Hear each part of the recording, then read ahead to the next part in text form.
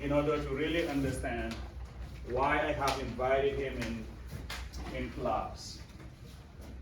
So Robert Lashley was 2016 Jackie Straw Fellow Artist, Trust Fellow, and a nominee for a Stranger Genius Award. His books include Green River Valley, published by Blue Cactus Press in 2021. Up South, Small Dark Press, printed by Press Doggies in 2017, and the Homeboy Song, published by Small Doggies Press in 2040. His poetry has appeared in the Seattle Review of Books, Poetry Northwest Magazine, and the Cascadia Review, among others. In 2019, Entropy Magazine named the Homeboy Songs one of the 25 essential books to come out of Seattle. And this year, I Never Dreamed You Would Live in Summer is published as his first novel. But the novel, he will deal with it in 2 hours later in the same room. If you are interested, I recommend you to attend that, okay, for the book signing. He is an author of interesting poetry that really engages you in African American, literature and literary tradition. That's the reason why we have invited in the class not to talk to professors or scholars, but also to interact with writers who are artists, who are actors in the society.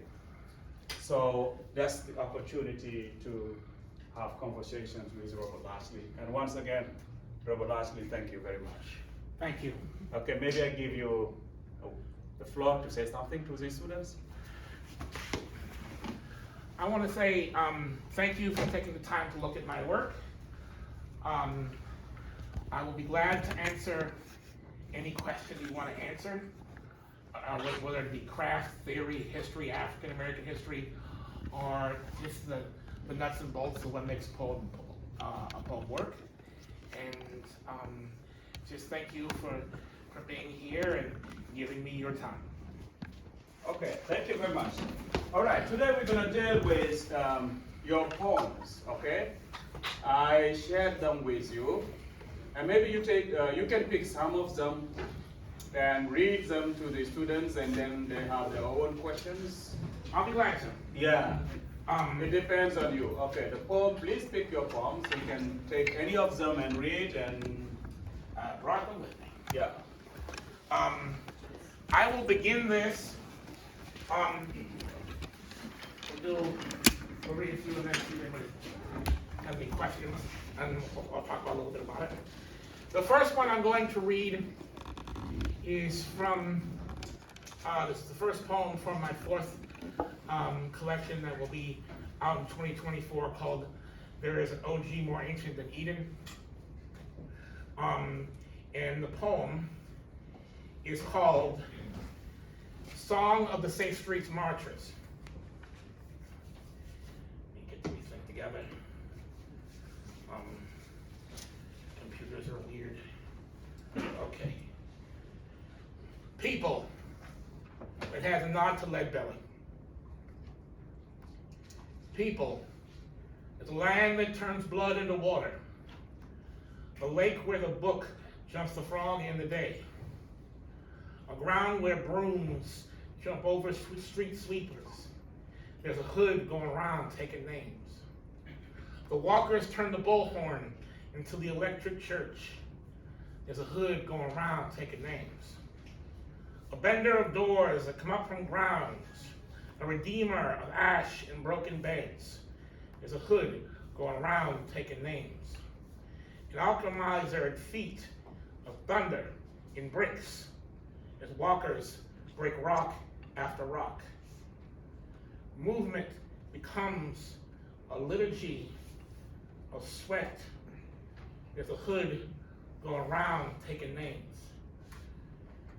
This computer is failing me away. Let's get right back to it. Please forgive me. Okay, we're back.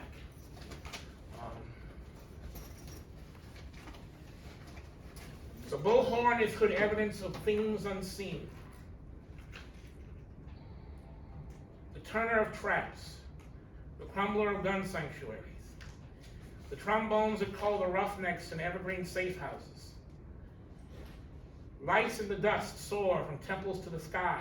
Oh, I messed up. Oh, I'm so sorry. We'll take it from the other hood going around taking names. I'm starting so slow. Please forgive me.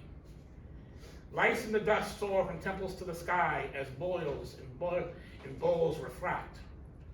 Souls spit their hails from the dirt to the air, from gutters revolving crematoriums. Unseen dust whirls between the saved and the damned, whose debts and their shoe packets turn to alms. There's a hood going around taking names. The bullhorn is hood evidence of things unseen. The turner of traps, the crumbler of gun sanctuaries. The trombones are called the roughnecks in evergreen safe houses that break by metal note after note. The sound that follows witnesses through old sucker hills, the dead yet living aisles.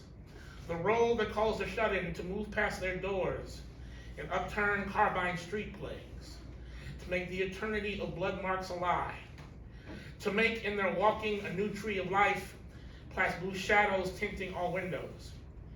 The sky drum major shouts to the gallows. There's a hood going around taking names. There's a hood going around taking names. The thing I will first say about this poem is that I wrote it in response to the July 8th, the July 2022 Safe Streets March that was in response to the murder of 14-year-old Ayanna Ussery, who was the daughter of a sister who ran the food bank at Hilltop. And it was shocking for a lot of us in Tacoma, because we had worked so hard to try to keep the streets safe and try to fight crime, to try to make sure that young people wouldn't see the stuff that we went through, and that the people who grew up in Tacoma in the early 90s went through. And to see little Ayanna get murdered, and to see kind of the gun violence that was going down in my neighborhood, and it kind of started the Safe Streets Marchers again. And I wrote this poem as an ode to the several hundred people who marched, for their city, and marched, to honor, to honor Ayanna's family. I had worked so hard to make sure that no other child, that nobody would have. I wasn't the only one who worked so hard, but I worked so hard to make sure that no other child would see what I saw on my block, and the fact that kids were seeing it again, and kids were getting taken down. And I wanted to write a political poem that was artful and that was nuanced, and to be part of that movement to keep my neighborhood safe. So I wrote this very,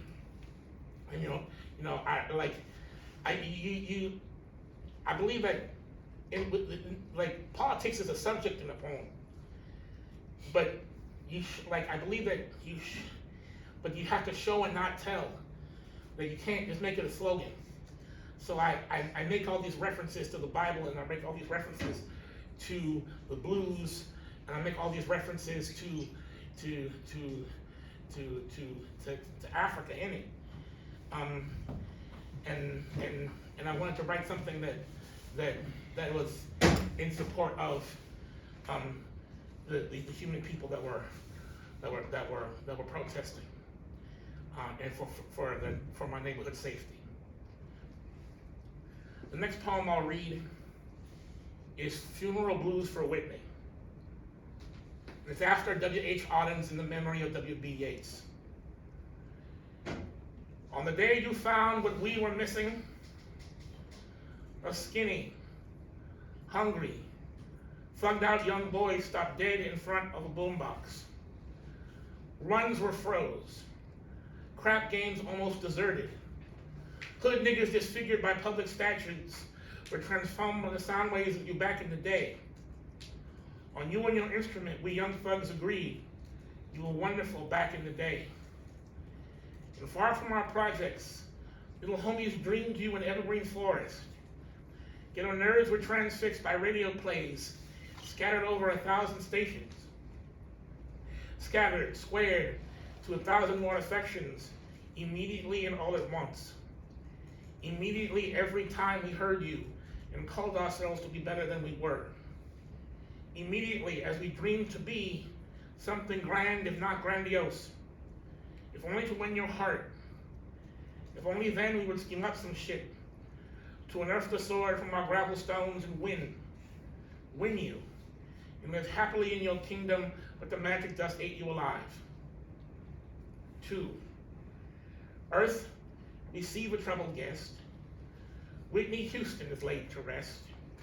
Let this Newark vessel lie emptied of our dreams. For in the nightmare of the dark, all the mask we had of your majesty ate your face. All our refusals to look into your blackness have blinded and scarred our eyes. Have turned the brown ash of our crystal-strewn pedestals in a parable of genius and dust. And now you hang in memory over us, Our Lady of chemical and two human sorrows, trapped eternally in a crystal cage, only free in the shadow of Sirius. Only free in fleeting notes and electrons of youth, love, and limitless potential, before yours turns slow to a curse. I'll read this poem and one more poem before I'll ask questions. Before I'll engage in questions, and then we'll go back to reading again. This next poem is called "The Last Time I Saw Little M." That was your watch, your shirt, your starter jacket. That was the brooch of your grandmother's chain. With old filtered metals taken to court, you will never hang with them at. Never again. Those trinkets turned symbols and faded out jewels that could and could never be sold. That was his arms, his hands, his fingers that waved his gun at you, waved it in the cold, that waved as his arm wavered from side to side as the rain shrunk his jersey into his bones. As the rain touched his pimples and then his eye sockets, and then the blackheads and breastplates, the scars from that rock knew enough. Bobby, you have to keep the procession going. Like, sometimes to cry, sometimes I sing the blues in form. Like, this is a sonnet, and some like when you work, like, sometimes I like to alchemize the sadness. Like, this is like this poem is the last 2 times I saw my boy Melvin. And like the second to last time when he robbed me of like all my stuff, and the last time when he was in the grave. Before I go on, did anyone have any questions?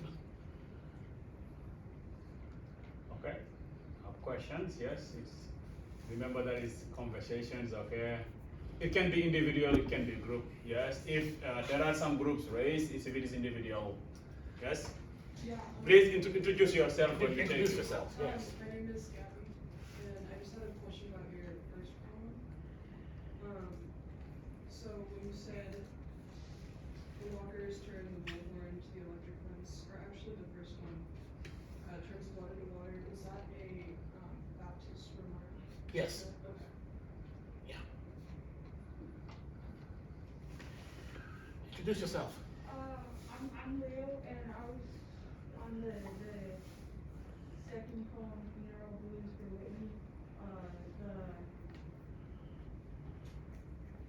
The only free in the fleeting notes and electrons, does that mean like memory and the ripples of whatever, the ripples of somebody's actions? Yeah, like in the shit, like one of the things like 15 years ago, they used to have an electric thing for music called Sirius, and so that like so that would be my qualified yes to that. Yeah. Yes, next here, there was a question. Yes? I was gonna ask how old was Melvin? Introduce yourself. Isaiah, my name's Isaiah. Isaiah, Melvin was 16. I am the only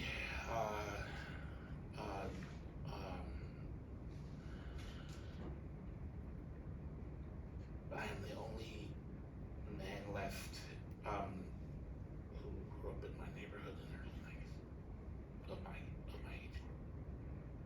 Yeah. Yes? My name's Luke, and the last time I saw Little M, is that the list of things in the first couple of lines? Is that the stuff that you said you got stolen? Yeah, that's the stuff that he robbed that he robbed me of. Yeah. And it's a complex thing. Like it was complex at the time because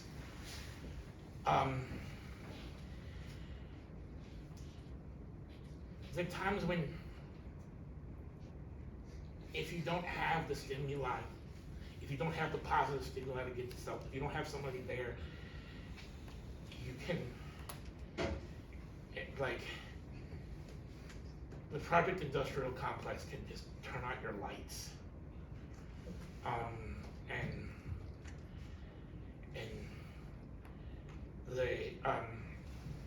There's a movie called Since I've Been Down. It talks about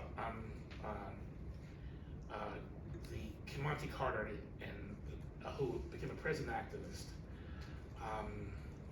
It is painfully flawed because half of it blames the neighborhood that I grew up in. Is one of the reasons why Monty Carter ended up murdering Corey Pittman. And I speak trying to overcome a tremendous bias because Corey Pittman was a friend of mine. But to answer your question, like one of the most powerful moments was in the documentary was about 21 minutes into the film, where Dr. Shepard, the filmmaker, interviews two cops, and they have a Rolodex of several hundred pictures of young people in the neighborhood that they had Polaroids of 35 years later. Dr. Shepard, she uses that scene to give and it's a breathtaking indictment of the Tacoma Police Department, because nobody in the Tacoma Police Department had the temerity to ask the question, why, instead of why weren't these officers doing their job, nobody asked the question, why did these two officers have hundreds of pictures of middle schoolers and elementary schoolers? It was that painful truth was one of the reasons why I was bused to school as a child. Got up 4:20 in the morning, lied about where I lived. It wasn't because I thought integration was great. It was because because like, you know, they had, like, I had been in enough police sweeps, and Chief Rafe Yetland, who was a police chief, came from Philadelphia, and Frank Rizzo's school of police sweeps, where they just take 20 black men or 20 black women, and what they would do is they would put them against the wall, and we would have them line them up and tell them to take their pants down. And I wasn't enough to have some damage. Melvin was in too many and just couldn't make it. I hope that answers your question. Any more questions, or should I? Yes, more question? Feel free to ask question, that's Yeah. your event, yeah. Yes? Just as a curious to become a local. Introduce yourself. Oh, and- sorry. Introduce yourself. My name is Dorian Danielson. Yes. As a curious Tacoma local, what area of Tacoma are you from? I was, my father lived in the Hillside Terrace housing projects of 23rd and G. My grandmother and where I grew up, after 2 years old, and my first stable home after my father smoked himself out of the house was 15th and Sprague, right by Peckfield. Thank you for your question. X? Yes. Hi, I'm Granuel, and in The Doctor Who First Prescribed Charlie Parker Trying to Get into the Underworld, in that poem, the second stanza, I think the word is, there's 3 parts, and the second part, the first line of it is second comings unmasked in bottles and prescriptions. I really like that line. Can you explain more about it? It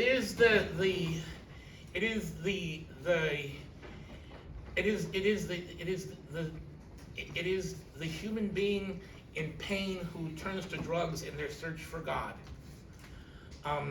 And I think it would be a good time for me to read that poem, and talk about it. Thank you for bringing that up. The doctor who first prescribed Charlie Parker, trying to get to the underworld. Daniel's dream songs are not to be remembered. Temples, mezzanines, and wayward cantors are bereft of promised lands or guardians. Rituals move hollow without annunciation in mangers, juke joints, and concert halls. The man in linens who never blew too loud, he steered till winding sheets. The multitudes who lay at his throne and feet, their sorrow songs are on his scales. Let me in so the world and spirits make sense. I crack the Gospels and Gabriel is gone. So their comings are masked in bottles and prescriptions. Staffs and barns turn synonyms for God in the fatherless arms of night gurneys. Rebirth dream boys and needle queens fly in arcs from hills to hospital files. Galilee is a howling, glittery wilderness of drunken laughter in eternal throngs. Let me recuse from the sounds I've sinned against. I crack the Gospels, and Gabriel is gone. What manner of man can break people's song, Lord? What matter can break planes of spirits and bodies? What fires will pour through all space and time if I walk from the rough sides of the mountain? What will bound our sound and sense if my bones aren't the embers of tomorrow? If my med quota is the lasting price, will my songs like his last horns be pawned? Take this heart, this body, and this minimums. I crack the Gospels, and Gabriel is gone. The first thing that I will say is a hidden part of African American history and African American pop culture is that one of the many hidden stories is just how Charlie Parker got hooked into harem. Charlie Parker started out as a 14-year-old kid with a bad stomach in Jim Crow, Kansas City. And what happened was that he got a goddamn quack. And that goddamn quack first gave him morphine and then gave him smack. I mean, it wasn't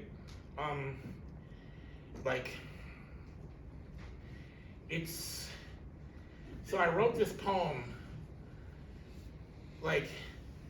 from the doctor and the totality, the doctor's conscious rebelling against himself, that this doctor had turned this titan of music and like had broken this, had started the process of breaking this titan of American music, and he's just talking to the devil, just saying that, you know, like, I took away so much sound, I should be in hell.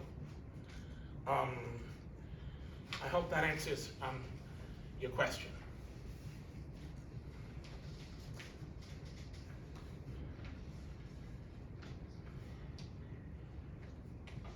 Does anyone have any more questions about the Next poem? question from class. Yes, please. Feel free to ask Feel questions. free. Yeah. It can be group work question. It can be individual questions. Yes. My name's Liam. I was just wondering, when did you start writing, like anything? I started writing.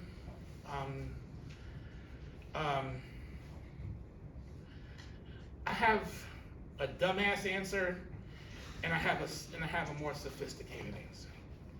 I will give you the dumbass answer first. I was 22 years old, full with ego, kind of needed therapy, but got a lot of ego. I knew music because it used to be my grandmother's DJ. My grandmother had 2,300 records, and Prince was going to be at the Key Arena in July of 2000. I barged into the Northwest Dispatch, the black newspaper in Virginia Taylor, and this was back when we were doing layouts, you know, personal hand layouts, and I came in with all the confidence in the world, just saying like, yo, I didn't even say hi. I didn't say, you know, Mrs. Taylor. I just said, yo, you know, I heard you need a music reviewer, and it's like, I'm really good, and I just want you to know, you give me a chance, I could, you know, give me a credential, I'll do a review of you. I can review Prince for the Dispatch, and like, instead of saying, get your ass out of my goddamn office, instead of she said, okay, and she whispered, but I'm gonna kick your ass. And she did. So my first job was as a music critic, and for a couple of years, and she gave me a strenuous education. She would cuss me out if I gave her poor copy, and if it was really bad copy, she would send me to go get her coffee, and she would send me to do a research in the UW Tacoma building. And if I didn't do it, I'd be fired. There was part of me that was like wanting to be better, and was like wanting to like climb toward the light. So I did it, and I got her respect before she died, and that's one of the best things I ever did. So about 2007, I'm drinking too much. I have so much in my head, and my aunts are like, who are very protective of me because of some of the stuff that happened to my family, they worried about me. And I decided to write them a series of poems. Like, my uncle, Mo, was the first poet in my family. And I used to babysit for Uncle Mo because he was broken after the war. He was disabled, but he was brilliant when he was on. So I kind of got off of what I knew. Like, so I wrote a chapbook that was just an ode to the people of my community. And apparently people liked it. And then they wanted me to do just to keep going. And I found something to honor the people, and I found it something to honor the people in my life. I hope that that answers your question. So 2007 and 2000. I have a question for you, Robert. Yes. It's general regarding, your writing in general and your style. I saw, for example, if you connect you to African American literary tradition, I am interested in knowing if you are a civil rights activist, because there are a lot of echoes of civil rights, African American civil rights activism. That's what appears in the writing of many, Harlem Renaissance writers. Like, for example, if you take Zora Neale Hurston, who was a civil rights activist. Are you a civil rights activist, or do you have kind of affiliation like that?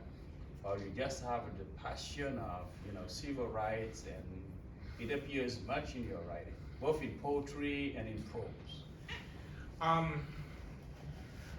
My grandmother, and my grandfather would be what people call race people. Like my grandmother called herself a race woman. And in that specific definition is somebody who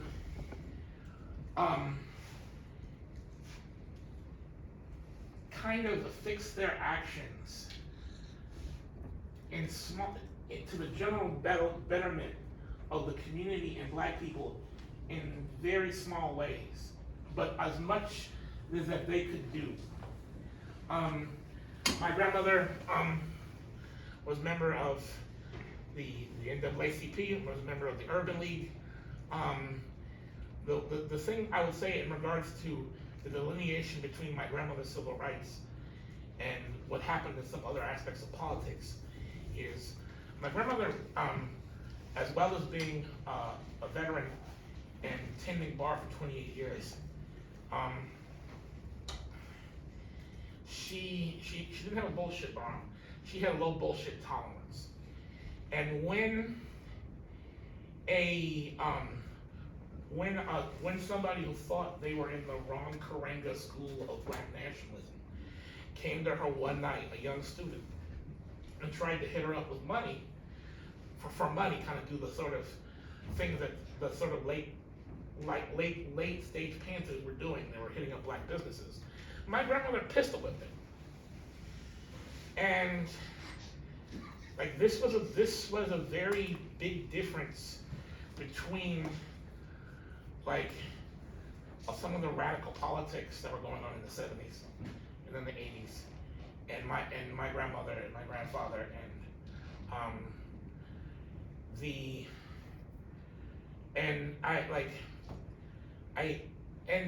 and part of it was, you can see it in some of the tensions I have in my poetry.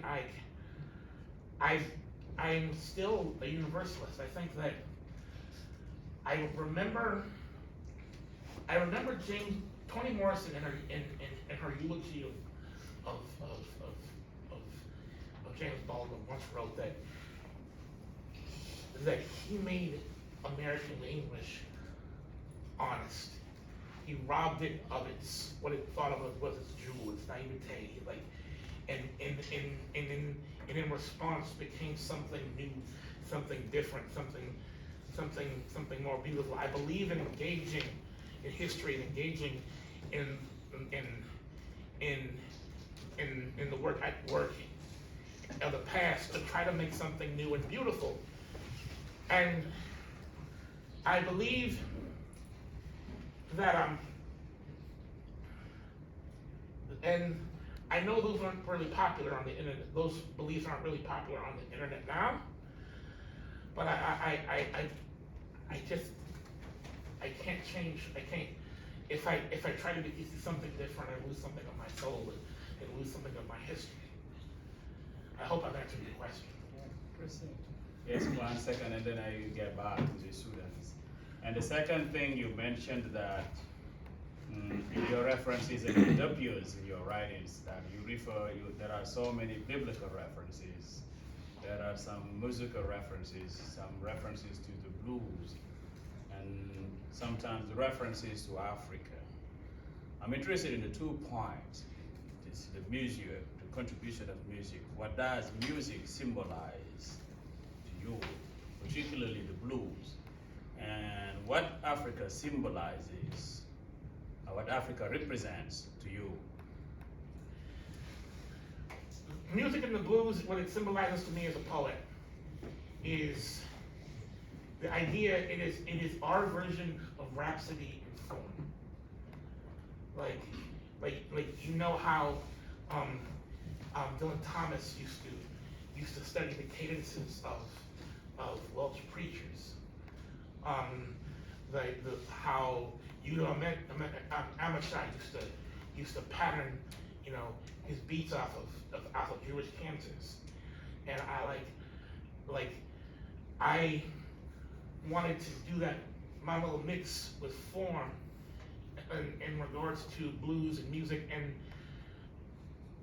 and specifically what Ellison called the contradiction of the blues sensibility, the blues artist. The blues artist can talk about something so harrowing and so painful, but do it in a way that was triumphant, and do it in a way that was a consummate skill. And one of the things I like to do on the page is write. Is write about things that are painful, but do it in a way but when you can show the skill, and you can show that part of the skill is part of the allure of skill and writing in a skillful way is showing that you cross that bridge and processing it, and so that you can make people see, and also make people see that that you're past it in a good way. What Africa means,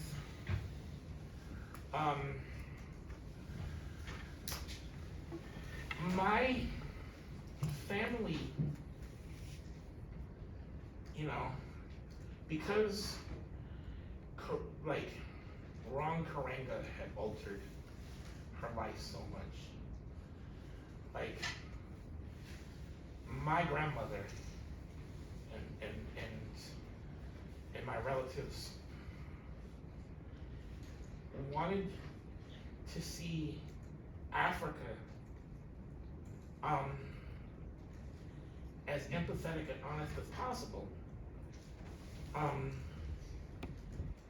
and without some of the illusions, and without some of the romantic illusions that people like Karanga had. This is aside from this tremendous cruelty.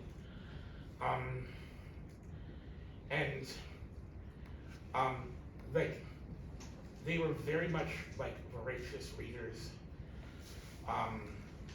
They read Richard Wright's White Man Listen. They were very aware of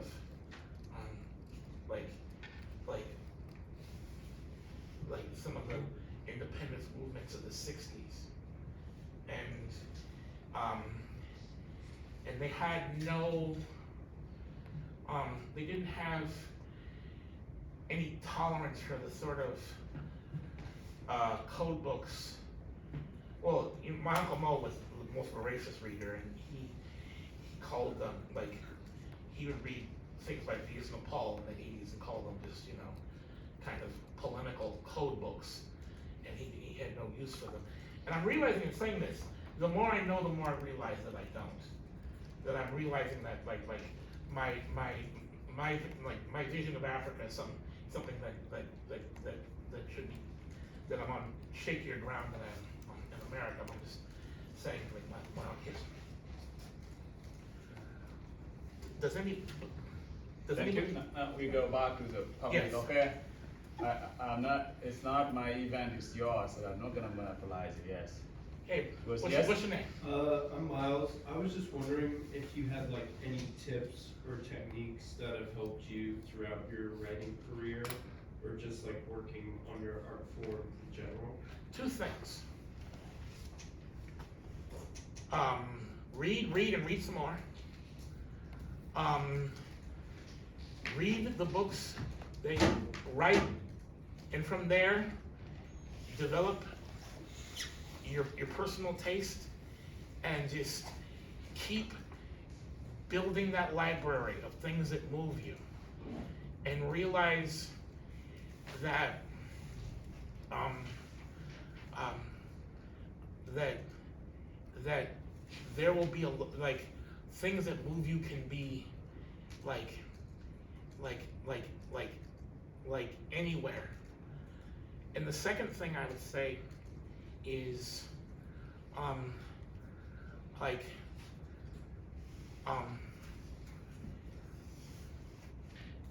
realize that if this isn't humbling you, you're doing it wrong.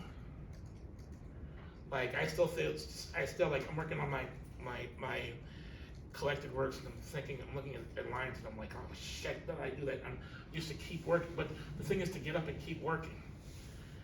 And the thing that I would say is one of my favorite James Baldwin quotes. He talked about he said like you think you're the only person, quote, you think you're the only person to go through pain in this world, and then you read. It was books that taught me that how like people like the people were going through the same things in life that I was going through. And the third thing I would say is go the way your blood beats. If something doesn't sit right with your soul, or something sit right with your spirit, like don't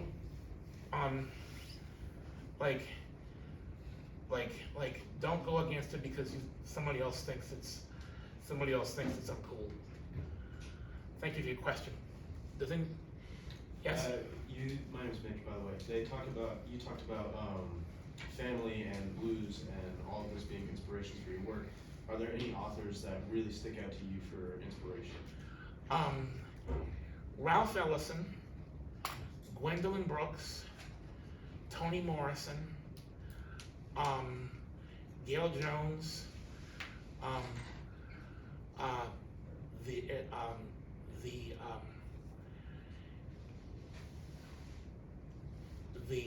Robert Hayden, the Ellison, Ellison was the first time I read somebody and thought that I could aim, that aimed that huge as a writer and pulled it off, and I was, and also his gift to alchemize speech into speech on the page, and another person in that vein is Zora Neale Hurston. Zora Neale Hurston, like her ambition and her way of you can read her essays and you I felt like I was like a linebacker ready to go, ready to fight the world in a good way, and there was an affirmation to the conservatism of Ellison Hurston, and also Albert Murray, who taught me that I had inner power and to never take away my inner power.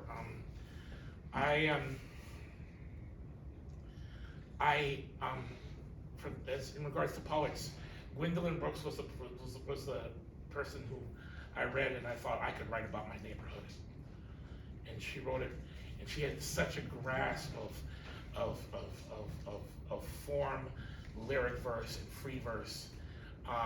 People know her from We Real Cool, We Skip School, but she wrote so many staggering epics and mini epics, and she wrote the Ennead, the book length first poem that won the Pulitzer Prize in 1950. Those were huge influences to me. Yes? Christian, earlier you said something about being universalist. What does that mean? I believe that there are more similarities than differences that we have. I believe, and especially specifically in my artist practice, I think of the preacher in E.M. Forrester's Howard's End. She's on the public and she says, "Only connect." Like I believe, like as an artist, like I want to give openings to people who might not come from my neighborhood, who might not know me, but they can see but I want without compromising my integrity or myself, that I wanted to be more welcome than exclusive. That's answers the question. Tell me what's your name? I'm Shayna. Hi, Shayna. A lot of your ideas and based on how you've answered other people's questions makes me wonder if you read other Black poets that have political undertones. If you read a lot of their work, like Audre Lorde or others. Yes, I have read Audre Lorde, and I think that thinking of Audre Lorde, thinking of June Jordan, thinking of especially of some of the very excellent kind of lyric verse in the 60s and early 70s that they wrote, that there are these dialogues in history, and I was talking about this with a friend. It's a general consensus that people like Ellison and Albert Murray aren't treated that well, and are kind of sniped at by a lot of modern critics. But if you read, and I'm talking about you, I'm talking about if people haven't read Lorde and and other Black feminist writers, a lot of people in that time, there were writers who had a legitimate gripe with the sort of kind of the side of the on some of the patriarchal aspects of what Ellison was doing, and also what people like Amiri Baraka were doing. I'm glad that people I see people quoting Audre Lorde, and I'm glad people are quoting her. I wish people would read more about her genuine gripes with Black nationalism, which I share. I hope that answers your question. Okay, so what I propose is it has 2 more hours after. Okay, so we take a short break of 5 minutes. You start and we resume at 5, and then 20 minutes after we can free. So Robert should go and have a rest because at 6 in the same room he is going to have his book signing. Okay, so we have something like a 7-minute break. We